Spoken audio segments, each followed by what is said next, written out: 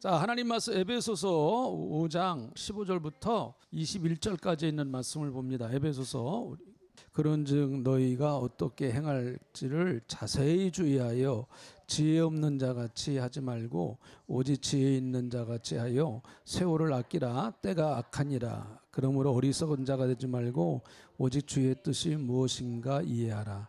술 취하지 말라. 이는 방탕한 것이니 오직 성령으로 충만함을 받으라. 시와 찬송과 신령한 노래들을 서로 화답하며 너희의 마음으로 주께 노래하며 찬송하며 범사에 우리 주 예수 그리스도의 이름으로 항상 아버지 하나님께 감사하며 그리스도를 경외함으로 피차 복종하라. 아멘. 자, 에베소서를 교회론이라고 말씀드렸습니다. 에베소에 가서 바울이 3차 전도 여행 때 바울이 에베소 지역에 가서 복음을 전하는데요. 그들에게 제일 먼저 했던 얘기가 사도행전 19장 1절 이하를 보면 너희가 믿을 때 성령을 받았느냐 그렇게 얘기를 해요. 너희가 믿을 때에 성령을 받았느냐. 또 오늘 이 본문 말씀을 보면 18절에 술 취하지 말라. 이는 방탕한 것이니 오직 성령의 충만함을 받으라. 이렇게 또 말씀하세요. 그러니까 사도 바울은 에베소 교회에 유난히 성령 사역을 굉장히 강조하고 있는 것을 보게 됩니다. 물론 다른 서신서에서도 역시 성령의 역사를 강조하지만 그 에베소 교회에 특별히 바울이 더 강조하고 있는 모습을 보게 됩니다. 자, 바울은 에베소 지역을 굉장히 가기를 원했어요. 그래서 2차 전도 여행 때에 에베소 지역으로 가서 복음을 전하려고 그랬는데 사도행전 16장에 보니까 성령이 막으셨다는 거예요. 계속 가려고 하는데 이상하게 일이 잘 안 되고 가려고 하는데 자꾸 일이 꼬이고 이제 그렇게 되었습니다. 그래서 이거는 성령께서 나를 그쪽으로 인도하시지 않는가 보다 해가지고 더 기도하면서 성령의 인도를 받았는데 하나님은 그를 마게도냐 지역, 다시 말하면 그리스 쪽으로, 유럽 쪽으로 방향을 틀어서 유럽 선교를 먼저 하게 하셨어요. 그 에베소는 아시아 지역입니다. 아시아권. 소아시아라고 그러죠. 소아시아 7교회가 나오잖아요. 요한계시록에 에베소두 사빌라, 에베소, 보가모, 서모나, 두아드리아, 사대, 필, 라. 네, 다 됐어. 그렇게 다 됐습니다. 이제. 네. 에베소 지역이 소아시아 7교회 중에서 제일 먼저 나온다는 얘기는 에베소 지역 자체가 굉장히 중요성이 있는 지역이고, 그리고 에베소 교회가 굉장히 초대교회에서 중요한 역할을 감당했다라는 것을 알 수가 있겠죠. 지금 소아시아 지역은 어디입니까? 터키, 투르기에 우리 교회에서 김필성 선교사님 선교 후원하잖아요. 바로 그 지역입니다. 에베소 지역 자체는 항구 도시예요. 항구 도시. 지금부터 2000년 전에는 항구였는데 지금은 지형이 많이 변화돼서 항구의 기능을 다 상실했습니다. 지금은 그 지역 자체가 이제는 뭐 항구 도시다 이렇게 말하기가 좀 어려워요. 그런데 2000년 전에는 항구 도시였습니다. 그 당시에는 특별히 이제 소아시아나 이제 이 대서양을 중심으로 해서 복음이 움직이거든요. 대서양을. 그러니까 1차적으로는 대서양을 중심으로 해서 복음의 역사가 이루어집니다. 그런데 가장 빠른 교통수단은 배였습니다. 배가 가장 빠른 교통수단이었죠. 아니면은 뭐 마차나 말을 타고 간다든지. 근데 어쨌든 배가 제일 빨랐어요. 멀리 이동하는 데는. 자, 그러면 배가 이동하려면 반드시 항구가 필요해요. 항구가 대단히 중요하죠. 우리나라도 부산, 인천 대단히 중요하잖아요. 물물교환이 많고 그리고 사람이 굉장히 많이 왕래가 많은 곳입니다. 지금은 이제 공항이 그러겠죠. 공항. 그렇게 본다고 하면 이 에베소 지역은 바울이 그걸 알았기 때문에 이곳에 가서 복음을 전하면 파급 효과가 굉장히 클 것이다 라고 그렇게 생각을 했어요. 그래서 바울의 선교 전략은 대도시 전략이에요. 대도시. 바울이 뭐 대도시 사람들을 좋아해서 그런 게 아니고 선교 전략적으로 볼 때 그것이 가장 효과적이겠다라고 바울이 생각을 했기 때문에 먼저 우선 대도시에 가서 복음을 전해서 거기서 예수를 믿는 사람들이 각 지역으로 흩어져서 지방으로 흩어져서 복음을 전하고 교회를 세운다. 이게 바울의 선교 전략이었는데 그게 그대로 딱 맞아 떨어졌어요. 그래서 바울은 큰 지역에 가서 교회를 세웠죠. 그래서 뒤에 보면 서신서가 나오잖아요. 뭐 고린도전서, 갈라디아서, 그리고 데살로니가 전후서, 그리고 골로새서. 고린도도 굉장히 큰 항구 도시예요. 고린도도. 데살로니가는요, 마게도냐의 수도였습니다. 데살로니가요. 빌립보서 빌립보. 로마로 들어가는 관문 역할을, 그러니까 유럽으로 들어가는 관문 역할을 하는 곳이죠. 그러니까 바울이 그렇게 전략적으로 굉장히 중요한 지역마다 교회를 세웠어요. 그래서 그 교회를 통해서 하나님의 역사를 이루었죠.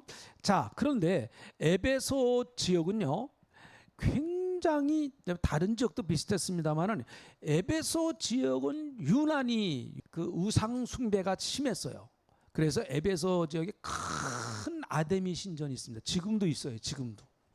이게 뭐 세계 7대 불가사의 중에 하나라고 그럽니다. 어마어마한 신전이 있어요. 에베소 지역이에요.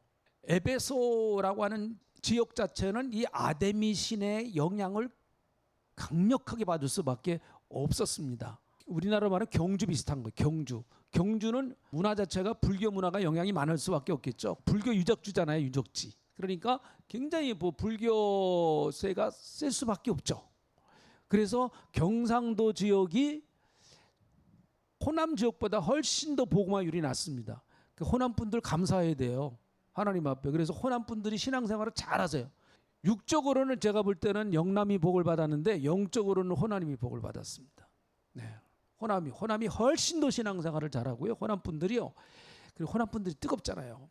대구도 복음화율이 낮아요. 대구도.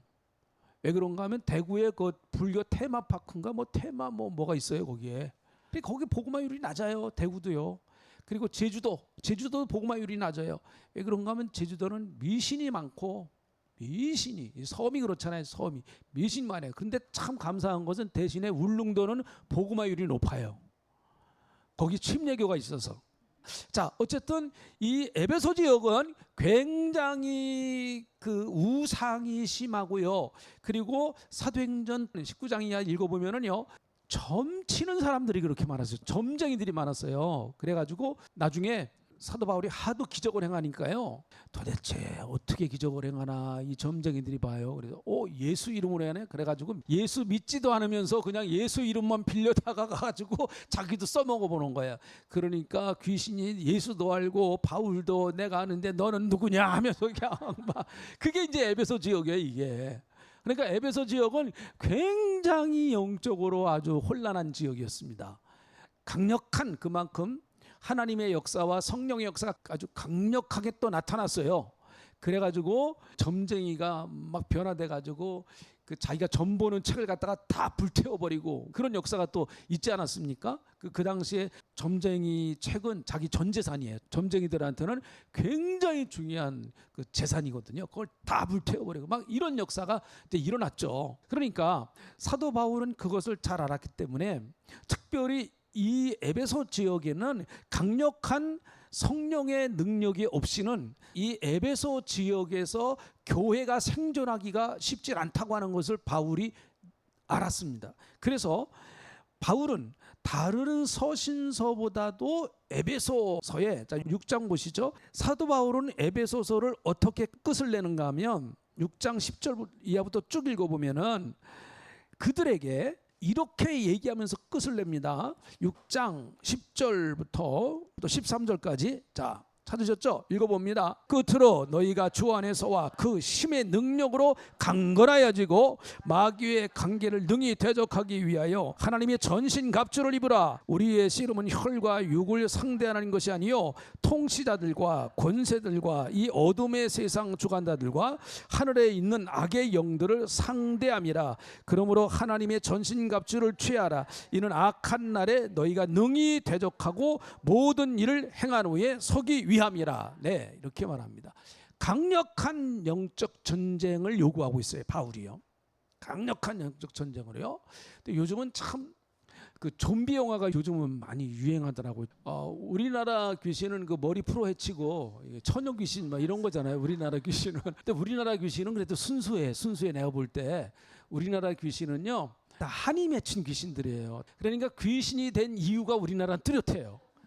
그래서 우리나라 귀신은 한만 딱 풀어줬다 그러면 떠납니다. 더 이상 괴롭히질 않아요. 우리나라 귀신들은. 그리고 우리나라 귀신들은요, 개인이 움직입니다. 개인이. 근데 좀비는 떼거지로 나타나요. 그리고 좀비는 이유도 없고 목적도 없습니다. 이유가 없어요.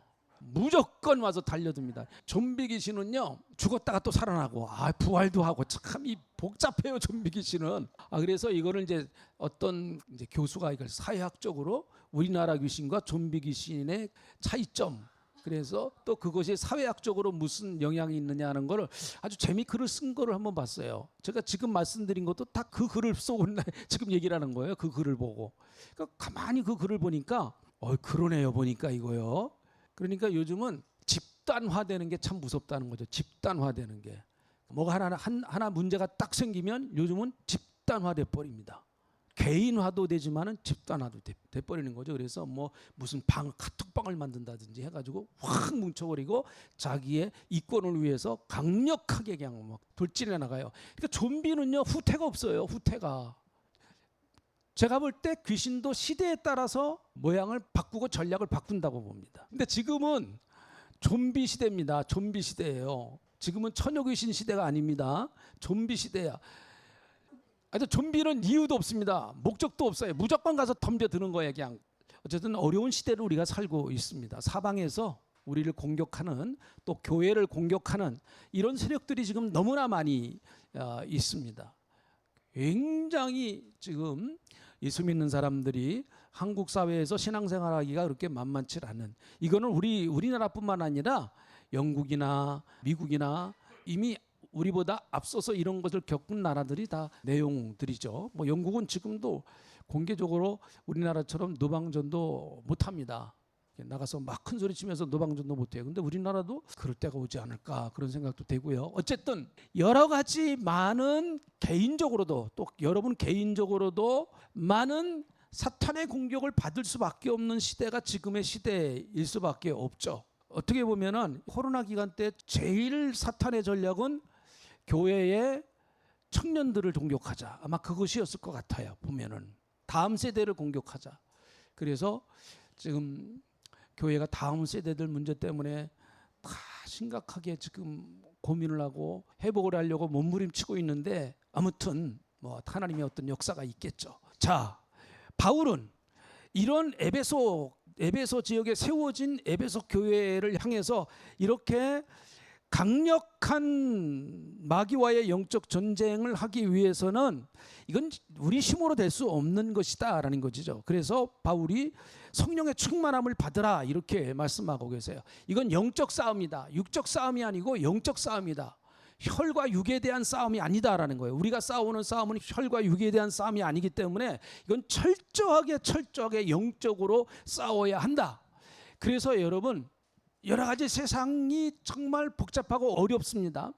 또 우리 주위에서 우리를 힘들게 하는 사람도 있을 것이고, 또 여러 가지 상황이 어려울 수도 있습니다. 이럴 때 우리 예수 믿는 사람들은 이것을 항상 영적인 면으로 해석을 해낼 줄 알아야 돼요. 육적으로 아무리 문제를 해결하려고 해도 그것은 잠깐 그 임시방편이란 말이에요. 임시방편. 근본적으로 우리가 영적으로 하나님을 의지하면서 성령의 능력을 받아서 우리가 이 문제를 해결해야 되는데, 그렇지 아니하고 누구의 도움을 받아서 잠깐 얼마든지 잠깐은 할 수 있지만 그것이 근원적으로는 할 수가 없다라는 거죠. 근원적으로 인간은 그래요. 인간은 하나님이 창조하셨기 때문에, 사람은 하나님이 창조하셨어요. 여러분 다 그렇게 믿으시잖아요. 하나님이 창조하셨어요. 그래서 창조주를 만나야 인간의 근원적인 문제가 해결됩니다. 창조주를 만나야, 하나님을 만나야, 예수님을 만나야, 성령의 은혜를 받아야 근본적인 문제가 해결이 돼요. 교회도 마찬가지라고 봅니다. 교회가 시대가 좋을 때는 없었습니다. 교회가 늘 언제나 교회는 세상의 공격의 대상이 될 수밖에 없어요. 왜 그런가 하면 교회는 세상의 빛이기 때문에 그렇습니다. 그래서 우리 앞에 분 좀 더 보면은 이렇게 말합니다. 8절부터 보면은, 자 8절 9절에 보면 이렇습니다. 너희가 전에는 어둠이었더니 이제는 주 안에서 빛이라. 빛의 자녀처럼 행하라. 빛의 열매는 모든 착함과 의로움과 진실함에 있다. 이렇게 말하잖아요. 우리는 빛의 자녀라는, 빛의 자녀. 그래서 빛의 자녀는 어쩔 수 없어요. 공개가 될 수밖에 없습니다. 그래서 여러분, 우리 믿는 사람들은 어디 가나 예수님의 빛이 나타날 수밖에, 내가 숨겨도 나타나요. 왜 그런가 하면 나는 빛의 자녀이기 때문에 그렇습니다. 그래서 우리는 사람들에게 이목의 대상이 될 수밖에 없고 교회는 이목의 대상이 될 수밖에 없어요. 그래서 바울은 우리를 향해서 아주 강력한 성령의 충만함을 받으라 이렇게 말해요. 충만함을 받으라. 충만함이라고 하는 것은 외부에서 부어지는 거예요. 성령의 능력이 와야 되는 거죠. 내 스스로에게서 자체적으로 생기는 능력이 아니고, 내가 뭐 결심한다고 그래가지고 되는 능력도 아니고, 내가 뭘 연구해서 방법을 찾아낸다고 그래갖고 되는 능력도 아니고, 이것은 다른 능력, 내가 가지고 있는 능력이 아닌 다른 능력이 나를 채워줘야 돼요. 다른 능력. 그게 성령의 충만함이라는 것이죠. 끊임없이 교회는 성령의 충만함을 받아야 이 악한 세상, 이 험난한 세상, 그리고 교회가 끊임없이 도전받는 이 세상에 계속해서 우리는 마귀와 영적인 대결을 벌일 수가 있습니다. 그래서 오늘도 우리가 기도할 때 성령 충만 달라고 하나님 앞에 간구하는 시간 되시기를 예수님의 이름으로 축복합니다. 지금은 우리 구주 예수 그리스도의 은혜와 아버지 하나님의 넓고 크고 막강하신 사랑하심과 성령님의 감동 감안의 주 역사 풍성하신 은혜가 이제 믿음 따라 신앙 따라 성령 따라 살기 원하는 주님의 백성들 머리머리에 하실 가운데 귀한 교회 위에 이 나라 이 민족 위에 가채없이기를 간절히 축원하옵나이다. 아멘.